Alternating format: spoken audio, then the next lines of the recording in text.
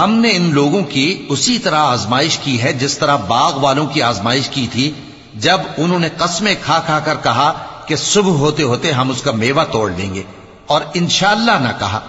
سو وہ ابھی سو ہی رہے تھے کہ تمہارے پروردگار کی طرف سے راتوں رات اس پر ایک آفت پھر گئی تو وہ ایسا ہو گیا جیسے کٹی ہوئی کھیتی.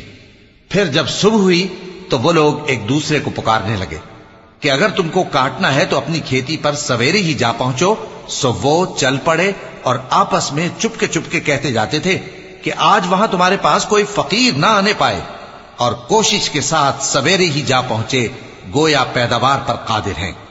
پھر جب انہوں نے باغ کو دیکھا تو ویران، کہنے لگے کہ ہم رستہ بھول گئے ہیں، نہیں بلکہ ہم بے نصیب ہو گئے.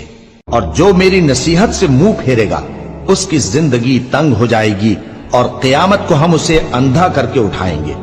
وہ کہے گا کہ میرے پروردگار تو نے مجھے اندھا کر کے کیوں اٹھایا، میں تو دیکھتا بھالتا تھا. اللہ فرمائے گا کہ ایسا ہی چاہیے تھا، تیرے پاس ہماری آیتیں آئیں تو تو نے ان کو بھلا دیا، اسی طرح آج ہم تجھ کو بھلا دیں گے.